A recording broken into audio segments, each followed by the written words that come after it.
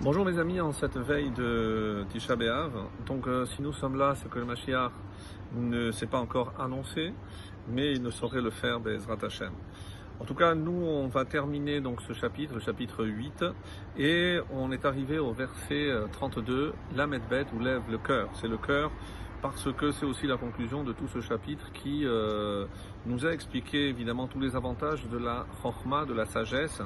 Et c'est pour ça qu'il peut se permettre de dire Ve'ata, et maintenant que tu as compris tous les avantages que vous avez à essayer d'adhérer, de s'attacher à cette sagesse, Banim, enfant, Shimon li, écoutez-moi, Ve'ashre derachai yishmoru, et heureux ceux qui garderont derachai, mes voies.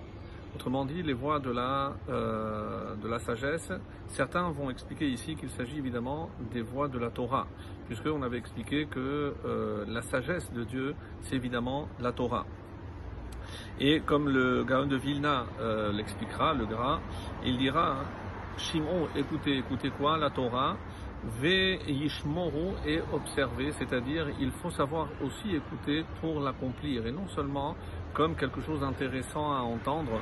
Et écouter la Torah, donc écouter aussi un shiur de Torah, c'est se demander comment ça peut se traduire obligatoirement par des gestes, par un comportement en adéquation avec ce que j'ai appris.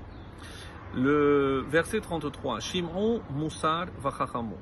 Écouter et Moussar, comme on avait traduit jusqu'à présent, donc c'est l'instruction, autrement dit ce que je peux tirer de ces enseignements. C'est pas juste écouter sans prendre en compte. Et Vachachamo, c'est afin de devenir sage. C'est le but évidemment. Ve'al tifra'u, et ne le repoussez pas.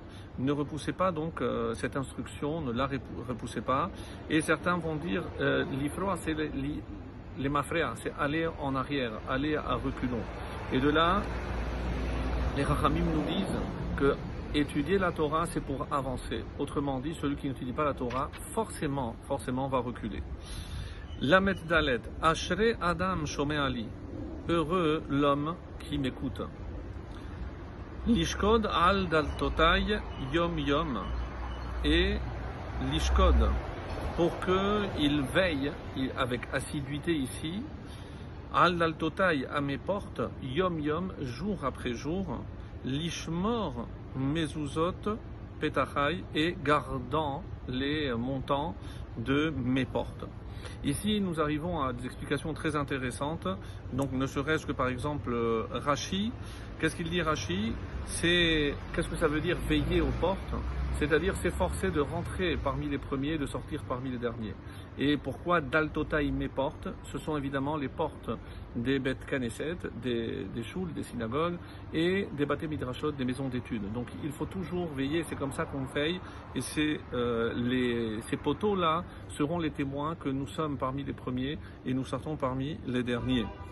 Et Petachai, pourquoi ici mes ouvertures? C'est quoi les deux portes qui permettent d'accéder à cette sagesse? Les Chachamim expliquent, et surtout le Gaon de Vilna ici dira, c'est la Ahava et la Ira, c'est l'amour de Dieu et la crainte. Et comme vous le savez, comme Metsudot David explique, c'est que avant la Chokhma, il y a la Ira. Et comment je traduis cela? On connaît cette phrase, Reshit Chokhma, le début de la sagesse, Yirat Hashem, c'est la crainte de Dieu. C'est comme ça qu'on explique qu'on peut étudier. Si on n'a pas cette crainte, donc cette étude ne servira à rien. La Metret, qui motzi matzachayim, mais celui qui m'a trouvé a trouvé la vie. Vayafek ratzon me Hashem, et aussi a obtenu la faveur d'Hachem, comme le Radak dit, c'est-à-dire Hachem exaucera ma volonté, il accomplira tous mes vœux. Vechot i chomes nafsho, la medvav, le dernier verset, et chot i, celui qui faute, chomes nafsho, fait tort à son âme. Ici, chamas, c'est aussi une violence, faire violence à son âme, c'est-à-dire faire du tort à son âme. Kol mesana ai ahavu mavet, tout ce qui me haïssent, ahavu mavet, traduit, c'est ils aiment la mort. Alors, c'est des termes un petit peu difficiles. Et comment on va traduire comment on peut détester Hachem? Qu'est-ce que ça définit? Quelle catégorie de gens ça définit? Et c'est comme ça qu'on l'explique. Enan oskim batora. c'est ceux qui ne s'occupent pas de Torah.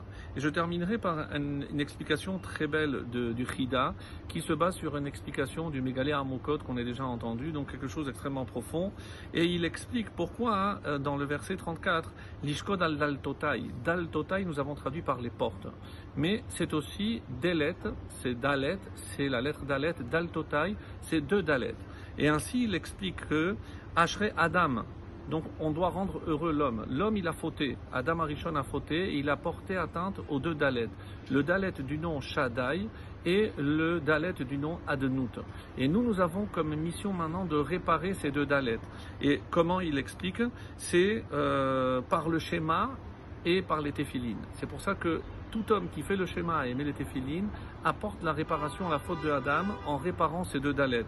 Et d'une manière générale, il explique et conclut avec cela, c'est que le premier Dalet, c'est aussi la Mishnah, lorsque j'étudie la Mishnah. Et le deuxième Dalet, c'est lorsque j'étudie la Halacha. Et c'est comme ça que je répare la faute de Adam et je m'attache à la vie. Excellente journée.